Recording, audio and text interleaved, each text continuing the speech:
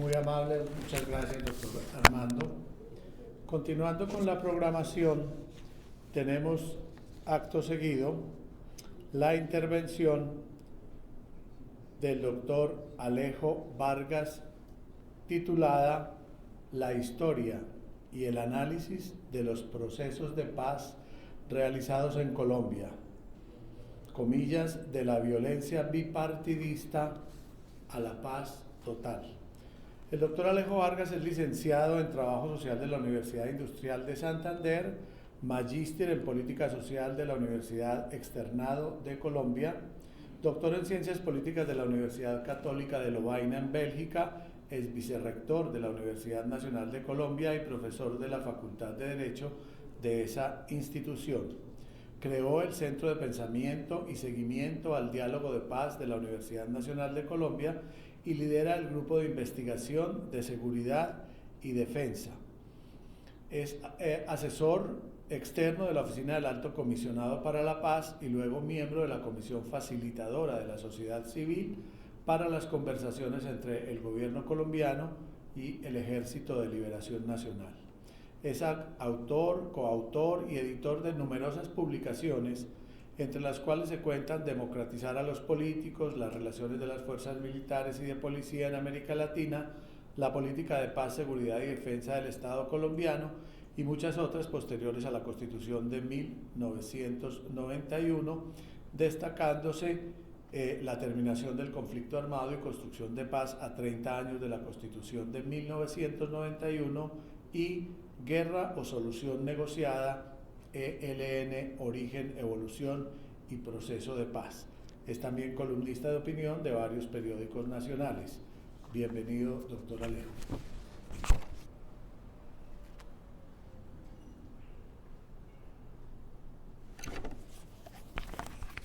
Bueno, muchísimas gracias a los colegas aquí de la academia. Evidentemente el título de esta conferencia, como ustedes ven, es de una ambición desmesurada, pero voy a tratar de ser lo más sintético posible. El texto trata de ser un poco más amplio, pero aún así, evidentemente eso es demasiado amplio. Yo en el texto, que seguramente no sé si la academia los irá a publicar y demás, pero bueno, igual van a tener una copia. Primero planteo una cápita sobre, lo llamé antecedentes de las violencias y el conflicto armado, donde hago algunas reflexiones que son muy importantes de tener en cuenta cómo cuando se habla de violencia y sobre todo de violencias que tienen que ver con intencionalidades políticas, que es lo que asociamos al conflicto armado, es muy importante tener en consideración dos dimensiones: los actores y los escenarios o los contextos estructurales, porque eso nos van a determinar muchos elementos. Nosotros, por ejemplo, en el caso colombiano, hemos tenido una particularidad. Este ha sido un conflicto con una multiplicidad de actores irregulares que nunca han podido nuclearse como en otros casos nacionales, pensemos en los de Centroamérica, por ejemplo. Por ello aquí hemos tenido una sucesión de acuerdos de paz, lo cual nos ha dado, por la parte positiva, una experiencia interesante de negociaciones, pero también nos tiene ya en el siglo XXI y todavía andamos en lo mismo que veníamos desde el siglo pasado, y creo que todavía estamos por otro rato. ¿Por qué? Porque con cada actor hay que hacer un proceso de paz, eso que algunos llamaron en décadas pasadas la paz a pedazos o la paz a destajo. Es decir, aquí hemos intentado ir construyendo pedazos de paz y obviamente es un camino muy particular. Por eso incluso elementos analíticos no han sido tan útiles para nosotros, como por ejemplo hablar de posconflicto, porque aquí todavía no podemos decir que se terminó el conflicto. seguimos todavía, tenemos sí acuerdos desde los iniciales con el M-19 en este periodo hasta el último con las FARC, pero en todo caso acuerdos con organizaciones. Pero el otro elemento que quisiera señalar antes de situarme en el periodo más de análisis es que hay unos elementos allí que están implícitos y que son muy importantes desde el punto de vista metodológico.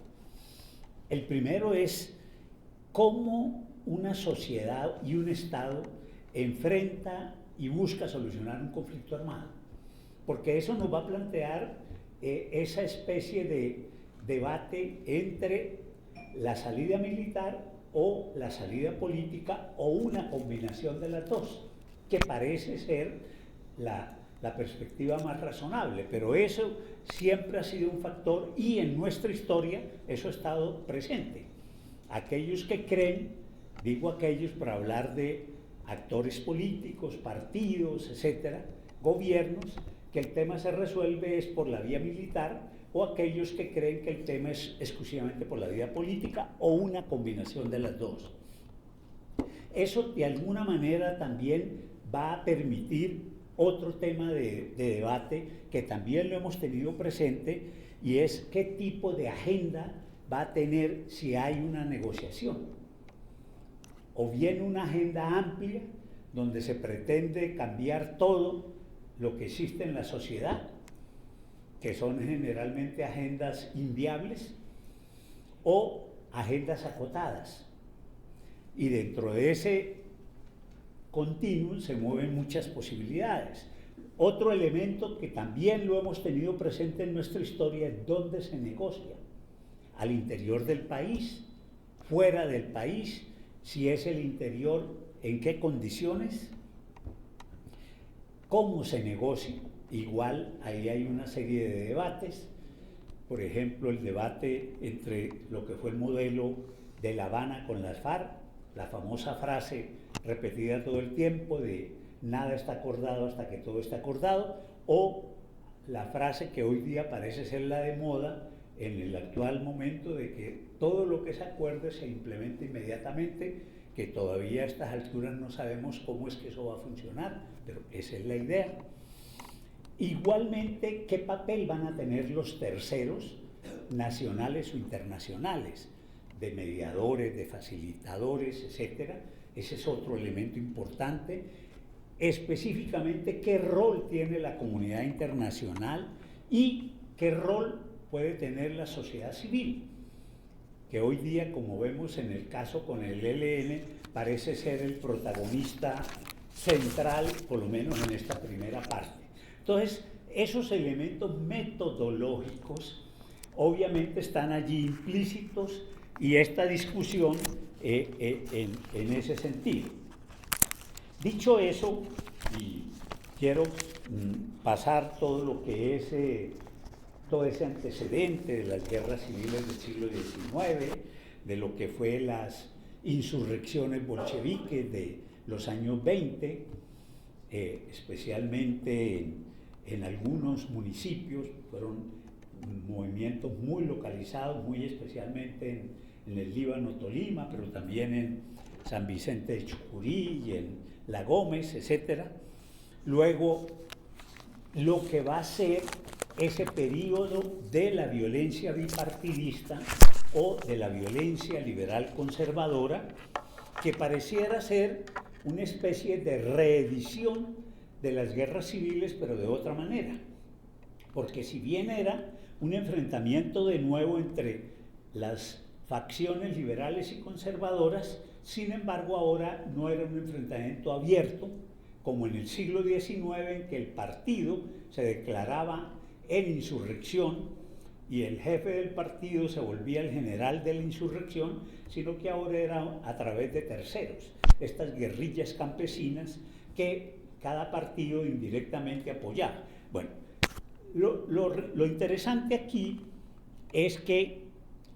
esas guerrillas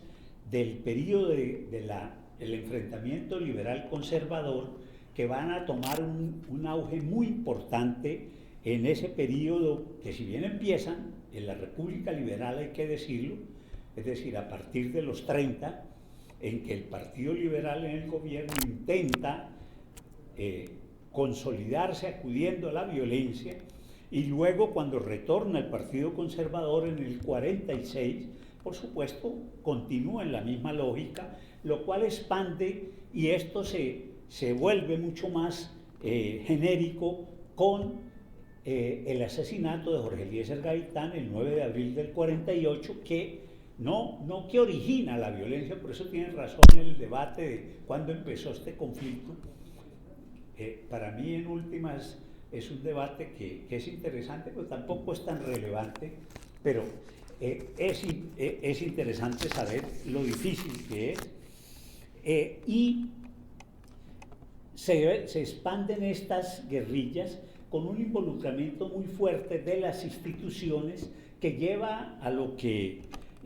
un gran estudioso norteamericano llamó en su momento, en ese texto clásico, el derrumbe parcial del Estado, porque efectivamente las propias instituciones del Estado entran en crisis, entran en conflicto, una policía claramente involucrada en el enfrentamiento, un poder judicial igualmente partidizado, un Congreso clausurado, etcétera, que lleva todo eso a viabilizar la salida militar del gobierno del general Rojas Pinilla,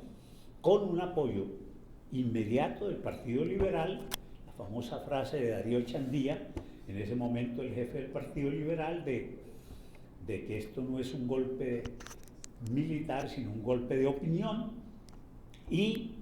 el apoyo también incluso de sectores del Partido Conservador, especialmente del sector ospinista, pero que todo eso va a viabilizar políticamente al gobierno y le va a permitir cumplir la tarea en principio de ayudar a lo que en su momento se llamaba la pacificación,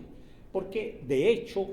el gobierno de general Rojas Pinilla va a lograr en un tiempo relativamente corto un proceso de entrega de armas que está precedido de lo que podríamos llamar una figura parecida a lo que sería una amnistía, y digo parecida porque hay que precisar que las amnistías solamente se pueden expedir por los congresos, y en ese entonces pues no había congreso, pero el alcance de las medidas del gobierno del general Rojas Pinilla en cuanto a dar digamos, perdón para todos los delitos de todos los actores le daba casi ese carácter de una amnistía. Eso va a ser el primer paso. Luego se va a dar esa entrega casi total, y ese casi total es importante porque esa también es una característica de casi todos los procesos nuestros, que siempre quedan remanentes, eso que hoy día llamamos disidencias, pero que no es solo una particularidad colombiana. El caso de Irlanda, que aquí lo tenemos siempre como un referente, es interesante. La mayoría del ERI, el Ejército Republicano Irlandés, se desmovilizó, pero por ahí quedó un pequeño grupo, algunos dicen que unos loquitos, pero finalmente un pequeño grupo que se llaman el ERI provisorio, que de vez en cuando pone una bomba o hace algo, pero es un poco para decir que siempre hay ese riesgo en los procesos de paz, que queden algunos remanentes que no se logran dar. Ahora bien, entonces esa experiencia de cómo se da la paz en el gobierno militar me parece que va a marcar de manera interesante, que era una secuencia, por así decirlo, de amnistía, de movilización y entrega de armas, luego una especie de reincorporación, eso todavía no se hablaba claramente en la época, pero algo parecido, y el acuerdo político que va a ser el acuerdo del Frente Nacional. Esa es como la secuencia de esa desmovilización. Pero ese Frente Nacional, con toda esa controversia que genera esa democracia restringida, como siempre la llamó así mi colega, el profe Eduardo Pizarro, un gran estudioso de este tema, llevó también a que esa característica del Frente Nacional, que permitió la paz entre liberales y conservadores, también va a ser una de las razones para la nueva violencia que va a empezar en los años 60. la nueva violencia en la cual surge un nuevo actor, lo que vamos a conocer como guerrillas con influencia marxista. Esas guerrillas influidas por un lado por la Revolución Cubana, por la Revolución China, etcétera, de las cuales no hay duda la primera generación de guerrillas van a ser las FARC, el ELN y el EPL. Guerrillas con las cuales todavía estamos lidiando, es muy importante decirlo, porque las FARC, si bien se desmovilizó el grueso, ahí siguen unos grupos, el ELN, ahí está el grueso de ese, y del EPL por ahí quedan también algunos remanentes de eso, pero eso es interesante. Entonces, vamos a empezar a andar ese nuevo periodo, luego en los 70 emergen una nueva generación de guerrillas, dentro del cual sin duda el gran protagonista es el M-19, que es una guerrilla que tiene otras características, es una guerrilla que tiene una influencia muy importante de un sector de la NAPA, influido también por lo que había sido las elecciones del 19 de abril del 70, pero también de otros aspectos del contexto internacional, donde ya el discurso del socialismo en Europa empezaba a ser cuestionado. Por eso ya son guerrillas que ya no reivindican tanto el discurso socialista como las de la primera generación, sino que son guerrillas más bien con un cierto énfasis nacionalista, populista, que se va a dar. Las otras van a ser un poco más, pero surgen también otra serie de pequeñas guerrillas, pero el gran protagonista sin duda es el M-19, por supuesto también está el Quintín Lame como una guerrilla de corte más indigenista y otra serie de pequeñas disidencias. Ahora bien, en el gobierno de Julio César Turbay Ayala y su antecesor, Alfonso López, que son los dos primeros gobiernos del post-Frente Nacional, Alfonso López 64, 68 y Turbay 74, 78 y 78, 82, en el gobierno de López empieza a aparecer un fenómeno que simplemente lo menciono porque es anecdótico, pero es interesante. El ELN siempre fue una guerrilla muy fundamentalista en su discurso, y yo creo que sigue siendo. Eso me parece que no se ha ido de su historia. De esa guerrilla tan fundamentalista va a surgir por primera vez un sector que se van a llamar replanteamiento mediados de los 70, que coincide más o menos con la llegada de Alfonso López, que por primera vez va a plantear la posibilidad de hablar de una salida negociada. Eso no queda en nada, pero lo registro porque por un lado era la influencia que en ese momento estaba llegando de Venezuela, donde la guerrilla venezolana se estaba desmovilizando, la guerrilla que allí va a dar origen al MAS, al movimiento al socialismo.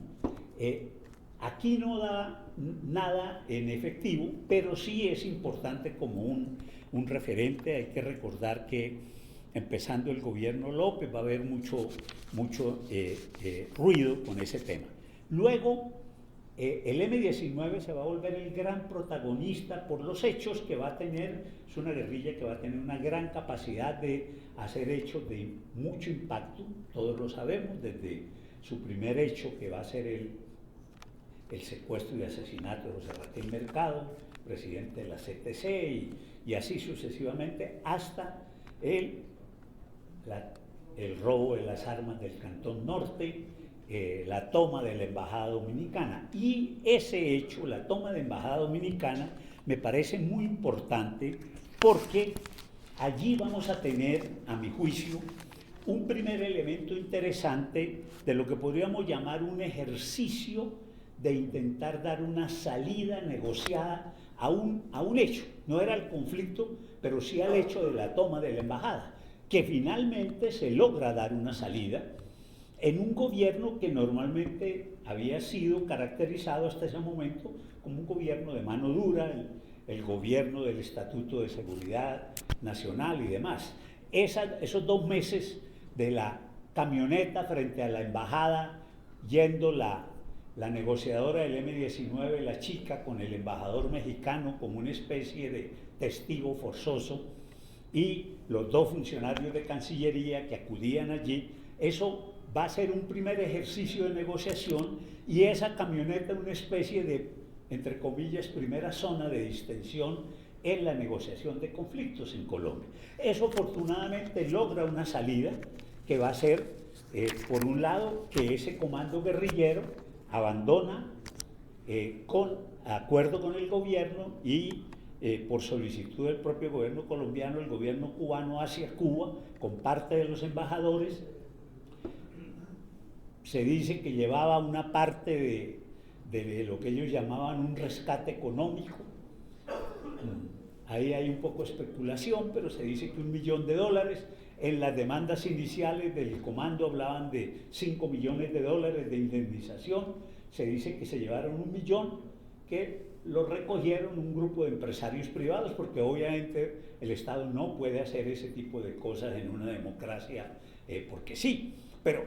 eso se dio, y se va a dar una salida al Consejo de Guerra que en ese momento estaban viviendo los miembros del M-19 en la Pizarra, que va a ser una veeduría de la Comisión Interamericana de Derechos Humanos, y progresivamente muchos de esos miembros, la gran mayoría, van a recobrar la libertad por pena cumplida. Pero todo eso para decir que fue una salida que apareció como una salida donde el Estado no se dio nada, sí se dio, yo creo, solo que se va a hacer de otra manera, pero lo importante es que no hubo más víctimas que el muerto que se produjo el día de la toma, lo cual fue un hecho muy importante y fue un ejercicio muy importante de creación. Como resultado de ello, el gobierno del presidente Turbay va a levantar el estado de sitio luego, y por supuesto se deroga automáticamente el Estatuto de Seguridad, que era un decreto de estado de sitio. Se crea la primera comisión de paz por el presidente Turbay y le pide al expresidente Carlos Lleras que la presida. Eso no dura mucho porque el expresidente Carlos Lleras pide autorización para reunirse con los jefes del M-19, que no se la dan por oposición, entiendo, de los militares del momento, y eso hace que el presidente Lleras renuncie a eso y la comisión se desintegra. Pero ese precedente es importante. En el 82 va a ser elegido el presidente Belisario Betancur,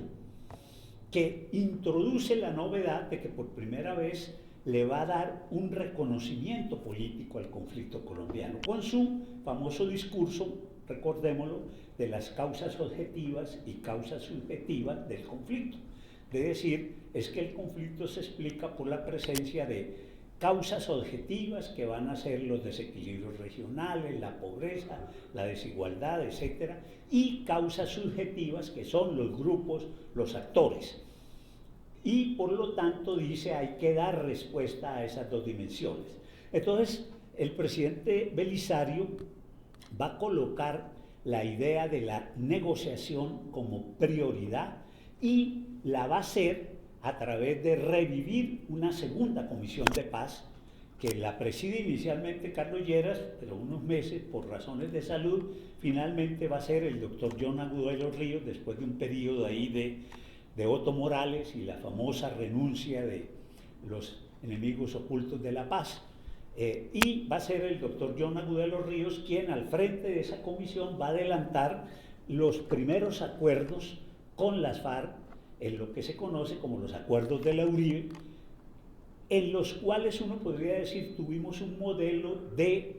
negociación al interior del país, sin despejes, con una agenda amplia, porque esos primeros acuerdos eran, por un lado, la creación de la Unión Patriótica, realizar una serie de reformas sociales que finalmente quedaron ahí a mitad de camino, y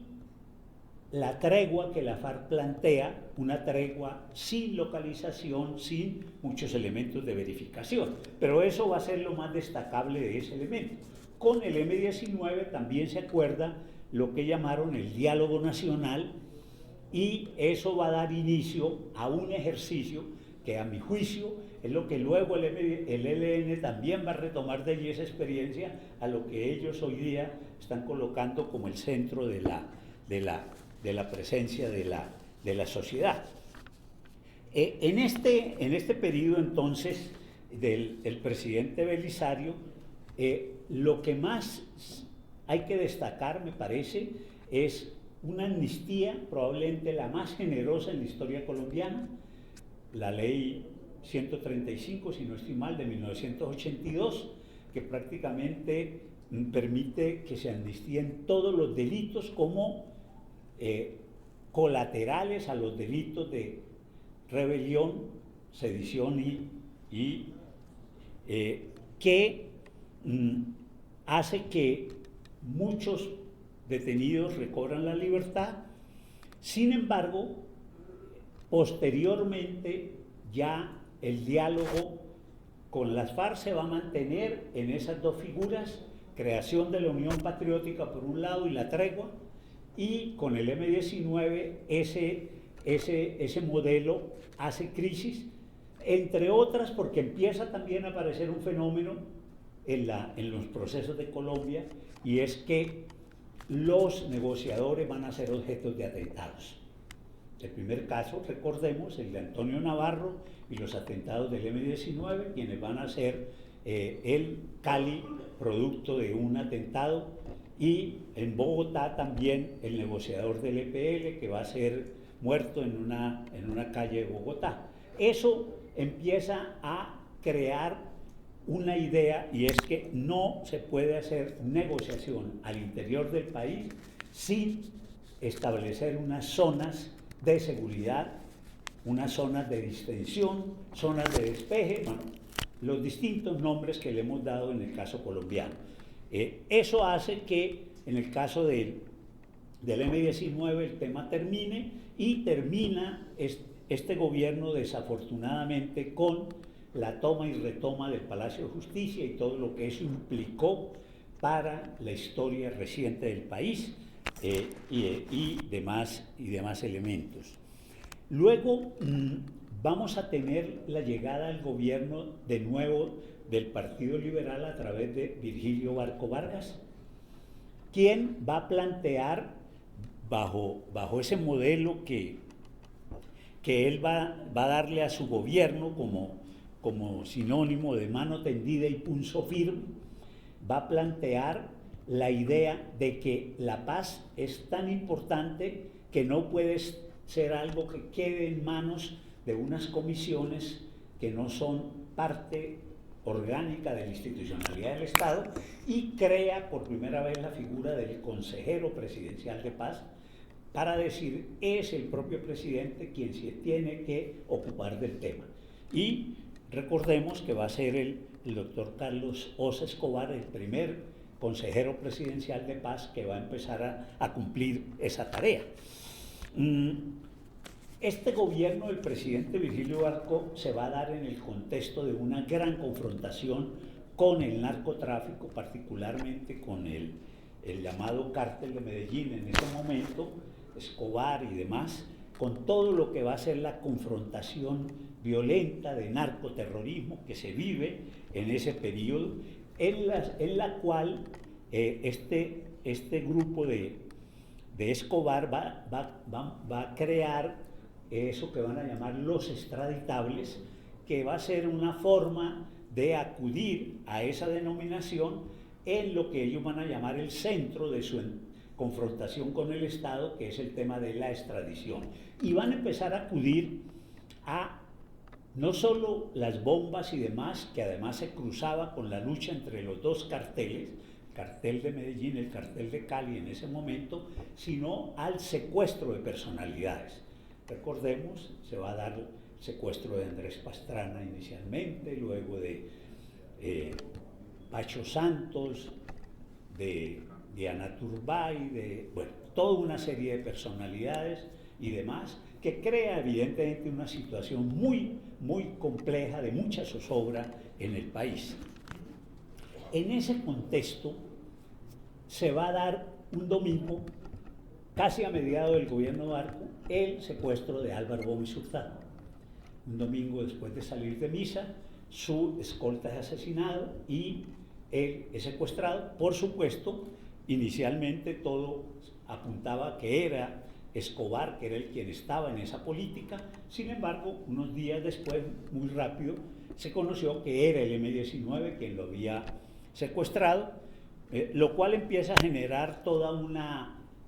actividad de dirigentes políticos para tratar de hacer interlocución con el M-19, y van a tomar a Antonio Navarro, que desde cuando había vivido el atentado en Cali lo habían sacado al exterior y él estaba en México, pero seguía siendo uno de los dirigentes del M-19, y él va a jugar un papel inicialmente de ese rol. Entonces México y luego Panamá van a ser sitios en los cuales finalmente se va a lograr la liberación del doctor Álvaro Gómez Hurtado,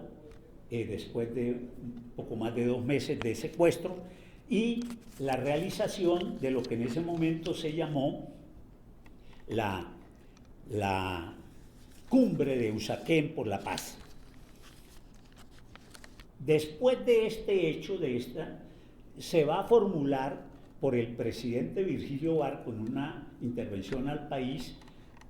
se va a presentar lo que podríamos decir es la primera política pública de paz exitosa, que es lo que se va a llamar la Iniciativa para la Paz, que a mi juicio es un buen documento en términos de formulación de una política pública. El gobierno del presidente Barco tenía un equipo muy interesante de politólogos, economistas, la mayoría de la Universidad de los Andes. También estaba allí nuestro colega Chucho Bejarano en ese equipo, y ellos van a elaborar eso como una propuesta de política que implicaba que cualquier grupo que quisiera negociar con el gobierno tenía que partir de hacer un cese unilateral de hechos de violencia, que una vez el gobierno verificaba la validez del mismo, entonces se formalizaban los diálogos con ese grupo, se daba la localización de ese grupo en unas zonas acordadas de manera mutua, y empezaba lo que para la época se llamaba el diálogo político, que era fundamentalmente con los partidos políticos. Para la época todavía no hablábamos de toda esa historia de la sociedad civil, ese es un término posterior, era con los partidos y demás, y que se lograba para llegar ya a acuerdos finales. Entonces, esta propuesta del presidente Barco va a ser respondida de manera muy rápida por el M-19. Me parece que ahí va a influir de manera muy importante al interior del M-19 el rol como líder de Carlos Pizarro, que va a jugar un papel que me parece es importante a destacar. Y en ese sentido podemos decir que esta política va a producir la desmovilización de 4 movimientos guerrilleros. El M-19 inicialmente, que se vive todo en el gobierno Barco, el EPL, el Movimiento Armado Quintín Lame y el PRT, que empiezan con el presidente Barco y terminan ya con el presidente Gaviria, que lo va a suceder, y luego ya en el gobierno del presidente Gaviria, pero bajo el mismo esquema de política, lo que se conoce como la corriente de renovación socialista, una pequeña disidencia del ELN, que en ese momento llega también a acuerdos. Entonces, digamos, esto, y excúseme por las generalidades, pero es lo que me parece es el primer ejercicio de una política pública que va a ser exitosa. El gobierno Gaviria va a ser un gran continuador, y eso también hay que valorarlo, no es para nada algo que haya que destacar negativamente. Va a ser un gran continuador de la política del presidente Barco, y el gobierno Gaviria en la primera parte de su gobierno va a darle desarrollo a lo que va a ser la constituyente del 91, con la figura de Humberto de la Calle como ministro de gobierno del gobierno Gaviria, y todo lo que eso implicó, pero con una serie también de contradicciones que empiezan desde la propia elección de los constituyentes, porque ese día de la elección de constituyentes es el día que las fuerzas militares bombardean Casa Verde, que era un sitio,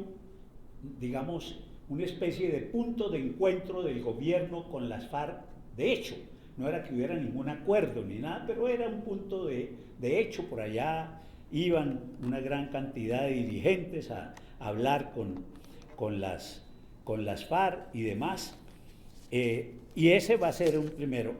Después va a haber el ejercicio de conversación con la coordinadora guerrillera Simón Bolívar, que es por primera vez un intento de negociar con el conjunto de la guerrilla que se mantenía, que eran las FARC, el ELN y el sector del EPL, que no se había desmovilizado y que en ese entonces lideraba Francisco Caraballo. Esto, sin embargo, no funciona porque en el caso de Caracas, inicialmente, creo que el ELN es el que va a jugar un papel de una especie de saboteador cuando hace el ataque al presidente del Senado de la época, cerca Popayán, y este va a ser el argumento del gobierno para decir que no aceptaba, a pesar de que el acuerdo era negociar en medio del conflicto. Pero eso para los gobiernos es muy difícil de aguantar, porque el gobierno tiene la presión de una sociedad, y entonces eso no es tan sencillo de que no importa qué pase en el campo de la guerra, las cosas siguen. Luego, en el caso de Tlaxcala, una vez que pasa este primer chaparrón, va a suceder algo similar con el EPL, que había secuestrado al dirigente conservador del norte de Santander, Argelino Durán, y se les muere allá en el secuestro, y era un señor de edad, y muertos siguen intentando negociar, lo cual evidentemente cuando se conoce desata pues la ira del gobierno y se suspende esto. Después de todo esto, el final del gobierno Gaviria va a ser un periodo que se va a conocer como el de la guerra integral, es decir, un intento de confrontar no solo militar, sino políticamente y comunicacionalmente a la guerrilla. Luego vamos a tener 3 gobiernos donde yo he llamado de intentos parcialmente fallidos, que van a ser los de Ernesto Samper, Andrés Pastrana y Álvaro Uribe. Los 3 intentan, pero por distintas razones las cosas no funcionan. En el caso de Samper, que intenta volver a repolitizar el conflicto después del periodo de Gaviria, va a cambiar la figura del consejero presidencial de paz por la de alto comisionado para la paz, que hasta hoy día se mantiene, en la idea de darle un mayor estatus al tema y demás, pero el proceso 8000 era políticamente demasiado grande y pesado, y eso evidentemente atravesó cualquier posibilidad. Hubo simplemente acercamientos y demás, pero no fue posible que se avanzara. El gobierno de Andrés Pastrana, con todo el intento de conversaciones que se va a hacer en el Caguán, donde no hay duda que el gobierno del presidente Pastrana hace un esfuerzo muy importante, pero desafortunadamente era un momento en el cual todo indica las FARC no estaban interesadas, las FARC estaban más bien en una especie de triunfalismo militar y político, porque había venido dando una sucesiva serie de golpes militares a la fuerza pública. Entonces, en ese contexto, todo este esfuerzo del Caguán evidentemente no da ningún resultado. Por el contrario, es un periodo en el cual el conflicto se exacerba, los paramilitares tienen una gran expansión, hay una gran cantidad de hechos, y finalmente el tema termina en casi nada. En el gobierno del presidente Pastrana lo que se logra fundamentalmente es lo que se llamó en su momento un intercambio humanitario, que fue una cosa simbólica de liberar 13 presos de las FARC y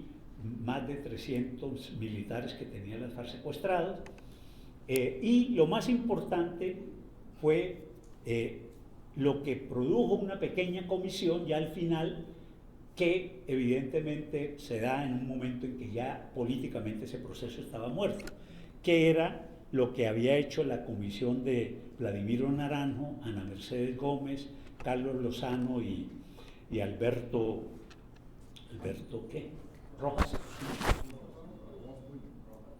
¿Ah? Sí, bueno,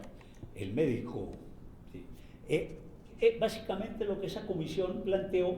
era, si se quiere que el proceso retome credibilidad, hay que empezar por un cese de hostilidades,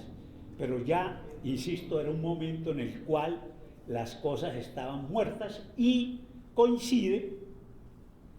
con el atentado del 11 de septiembre en Nueva York y Washington, lo cual va a cambiar de manera importante toda la mirada norteamericana frente al tema del terrorismo global, y todo eso obviamente nos va a impactar. Va a ser elegido luego el presidente Álvaro Uribe con su discurso de seguridad, que va a permitir que se venda muy bien ese discurso. Recordemos, ha sido el único caso hasta ahora, después de la Constitución del 91, en que ha ganado el presidente en primera vuelta, sin necesidad de ir a una segunda vuelta,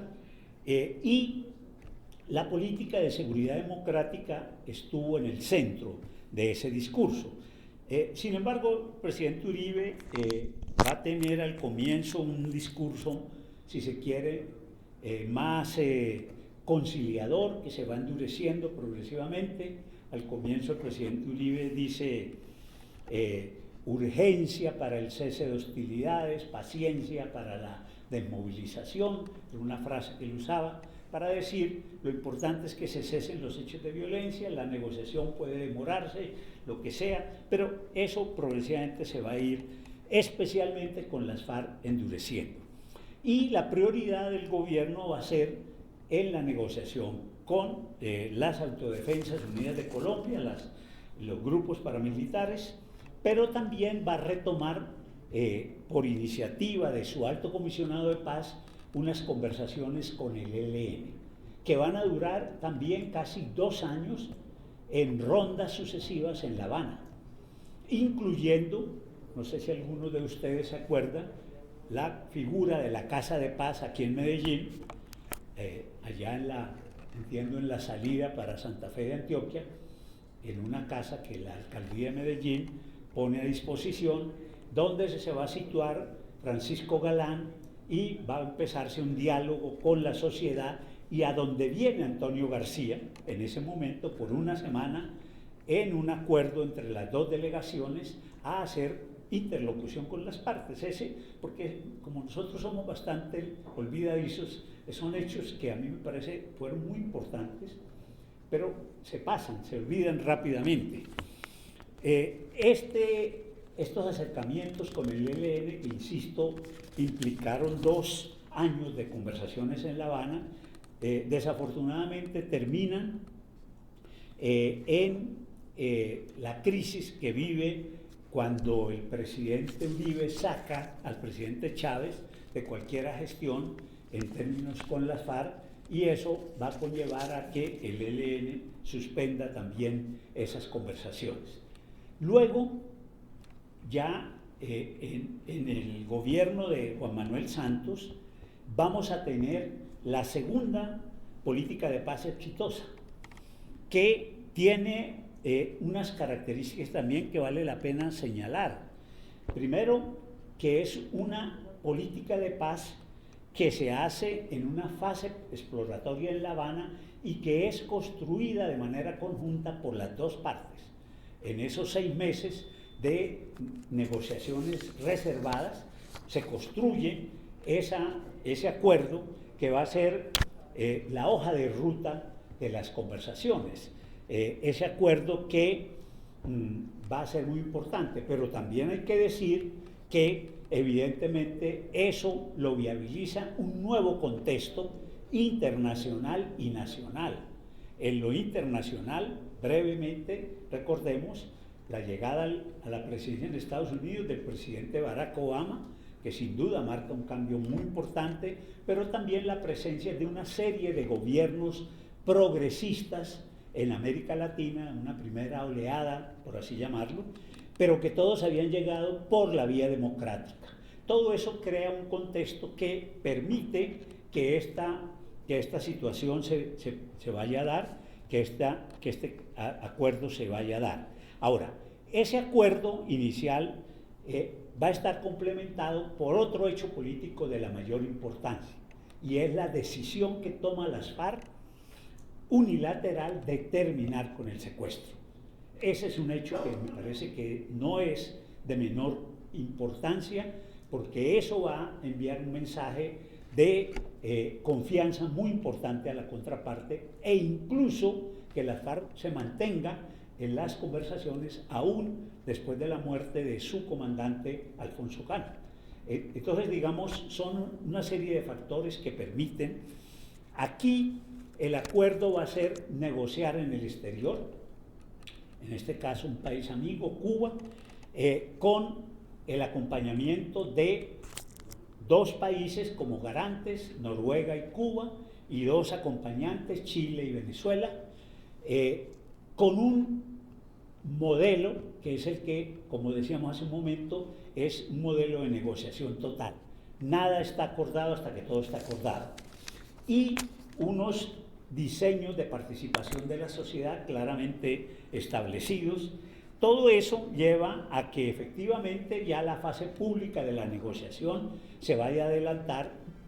por supuesto, en tiempos muy superiores a los que el gobierno creía. El gobierno pensaba que esto era un tema de meses. Esto terminó llevando más de 4 años, como sabemos, pero evidentemente terminó siendo exitosa el resultado. Se usaron, como en muchas negociaciones de este tipo se ha usado, que para determinados temas muy sensibles acudir a comisiones de expertos o subcomisiones técnicas, que fue lo que aquí se hizo para el tema del manejo de la parte jurídica, donde el tema no era fácil, evidentemente, que las FARC aceptara ir ante un tribunal. Se logró construir todo esto que es el sistema integral de verdad, justicia, reparación y no repetición, con todo lo que eso implica, la JEP, la Comisión de la Verdad, la Unidad de Búsqueda de Personas Desaparecidas, la Unidad de Reparación y demás. Entonces, y igual en el cese bilateral del juego, una comisión de expertos militares y de la guerrilla que también van a contribuir en ese sentido. Sin embargo, eso que parecía bastante bien, luego va a recibir un traspié de marca mayor, que va a ser el plebiscito, porque evidentemente el plebiscito cambia.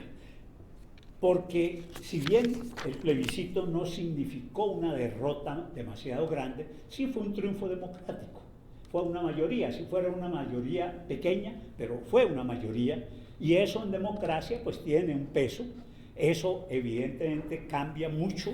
y va a tener impactos muy grandes, porque entre otras cosas también, creo yo, determinó la elección del siguiente presidente, porque esas mismas fuerzas que triunfaron con el no en el plebiscito van a ser las que van a elegir presidente al año siguiente. Entonces, ese plebiscito evidentemente va a tener un impacto muy grande. Va a haber un intento de empezar la implementación ya al final del gobierno Santos, una vez que se ha refrendado por el Congreso, después de esa renegociación que se da, donde la mayoría de los puntos de los que estaban con el no van a ser aceptados, con excepción fundamentalmente de dos que para ellos eran los centrales, pero eran dos que eran inaceptables para las FARC, que eran el tema de la cárcel y el tema de la participación política.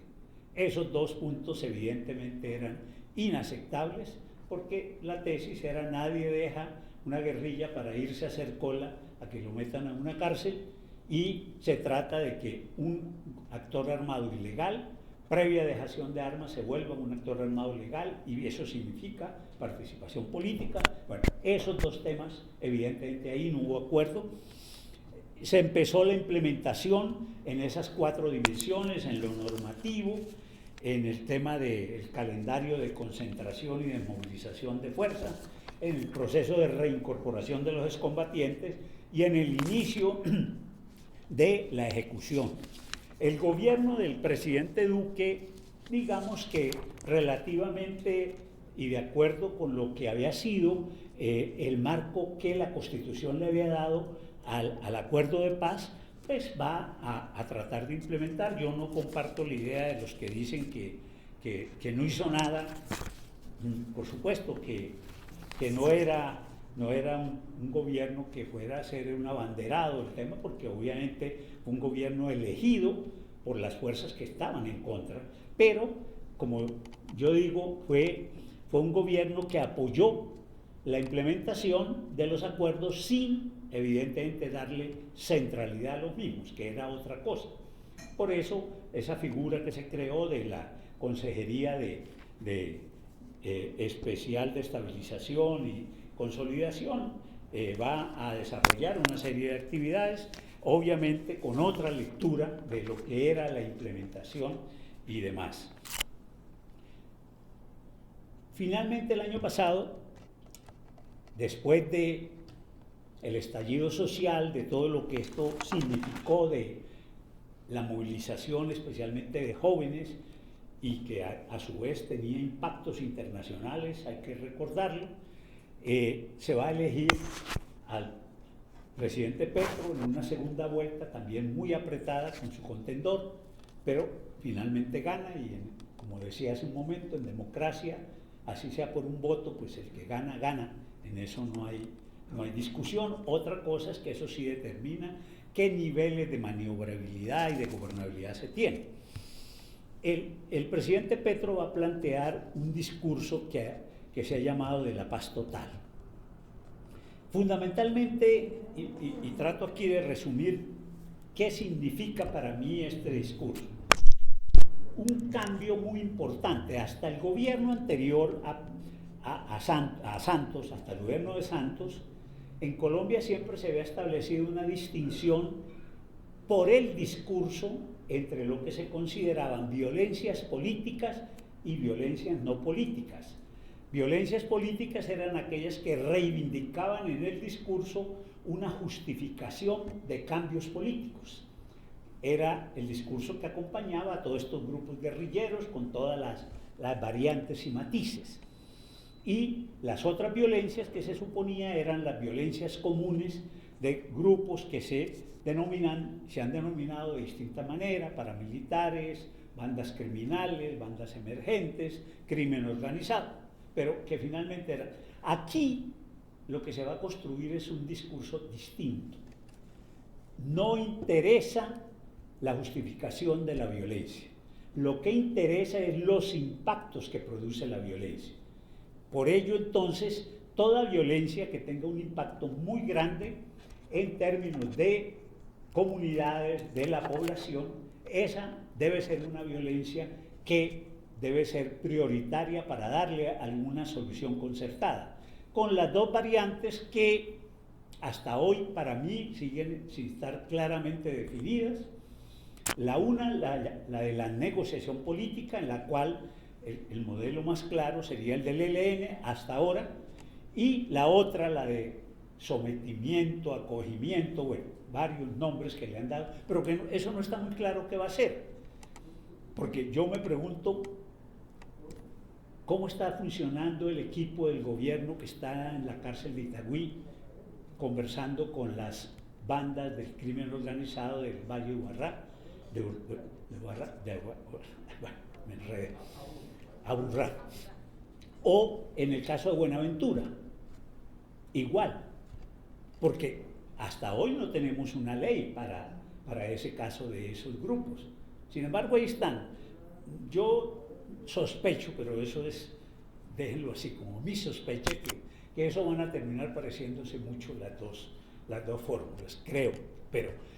entonces, lo que quiero destacar es que este gobierno lo que dice es la prioridad es los efectos que produce la violencia sobre la sociedad y no tanto los discursos justificadores. lo cual evidentemente puede ser discutible, pero no le falta en parte razón a ese discurso, sobre todo enmarcado en lo que ha sido el centro de la política del gobierno Petro, que es lo de paz total y seguridad humana, que se supone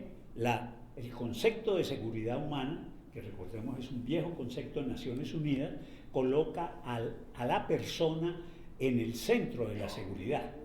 Entonces, digamos, en ese juego se ha venido moviendo hasta el momento la política. Creo que ahí la mayoría estaríamos de acuerdo en la intencionalidad de la paz total, pero seguramente también muchos, no sé si la mayoría, tenemos muchas dudas sobre la implementación de esa política. Es decir, yo estoy de acuerdo y quisiera que fuera exitosa, pero no tengo claro cómo es que eso va a funcionar. Hoy día, si se pusiera en marcha la mesa con el Estado Mayor Central, luego la de la Segunda Marquetalia, queda pendiente lo del cartel del Clan del Golfo, la de la Sierra Nevada, y lo que sigue de ahí en adelante, pues no es fácil para ningún gobierno. Poder adelantar, qué sé yo, al tiempo 10, 15 mesas de negociación, eso me parece que es un tema independiente de la buena voluntad y de que fuera muy válido eso. Yo estoy pensando que eso se va a ir decantando y creo que se está decantando hacia 3, 2, máximo 4 actores que puedan producir resultados, pero evidentemente lo que es interesante es que hay una manera distinta de pretender abordar el tema y de enfatizar mucho la idea de que la paz total es ir hacia una situación de violencia cero. Yo digo, nadie se opone a violencia cero, todos la desearíamos. El problema es que no es suficiente con enunciarla ni con desearla. Eso tiene que estar. Y ahí viene, y con esto termino,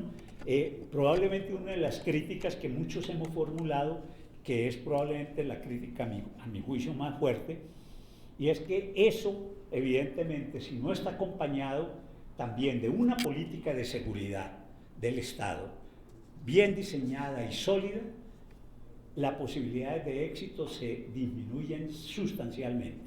Y creo que ese es uno de los grandes vacíos que hay, porque yo soy, y creo que muchos compartimos, la idea de que evidentemente resolver este tipo de conflictos requiere una combinación de lo político y lo militar, donde el diálogo es el componente político, pero esa política de seguridad del Estado es ese músculo militar que debe tener el Estado para que efectivamente eso funcione. Y ahí me parece que es donde está el vacío. Por supuesto, todavía el presidente tendría el tiempo para corregirlo, le quedan todavía 3 años de su mandato, pero por lo menos hasta ahora no veo claro ese aspecto. Hoy día seguimos moviéndonos todavía en esa dimensión. Diría que ojalá las cosas con el ELN funcionen. Yo tengo interrogantes, lo mismo que con los grupos de FARC, pero por supuesto el hecho de que uno tenga interrogantes no quiere decir que signifique desearle mala suerte, ni mucho menos, y yo creo que en todo lo que pudiéramos ayudar hay que hacerlo, porque eso es un objetivo del país que tiene que ver con todos, nos compromete a todos, pero también hay que saber que si eso no tiene también un polo a tierra, pues los buenos deseos solamente no son suficientes. Y yo creo que ese es el gran problema hasta el momento de la política, que tenía demasiado buenos deseos, pero le falta ahí, creo yo, mucho un polo a tierra. Muchísimas gracias.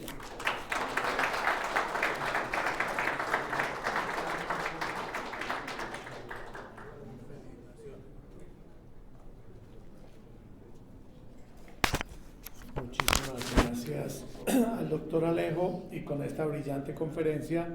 cerramos la sesión de la mañana. Tres punticos para que ustedes tengan muy en cuenta. Acto seguido vamos al comedor del club, donde nos van a servir el almuerzo por parte de la Academia Antioqueña de Historia. Para ese almuerzo vamos a tener hasta las 2:45 de la tarde. A las 2:45, hasta las 2, me están diciendo por allí. Hasta las 2 de la tarde. A las 2 de la tarde en la plazoleta del centro van a estar los transportes, los buses que nos van a llevar hasta el centro, a la sede de la Academia Antioqueña de Historia, donde continuaremos con las conferencias de la tarde. Al final de la tarde vamos a tener un conversatorio en donde en la mesa principal estarán los ponentes de la mañana y de la tarde, y los participantes deben anotar por escrito, Sandra les facilitará el papel, las inquietudes, preguntas que quieran hacer para los expositores, diciendo a qué expositor van dirigidas. Ellos las responderán. O sea, solamente van a tener la palabra en el conversatorio los expositores. Los participantes la vamos a tener de manera escrita.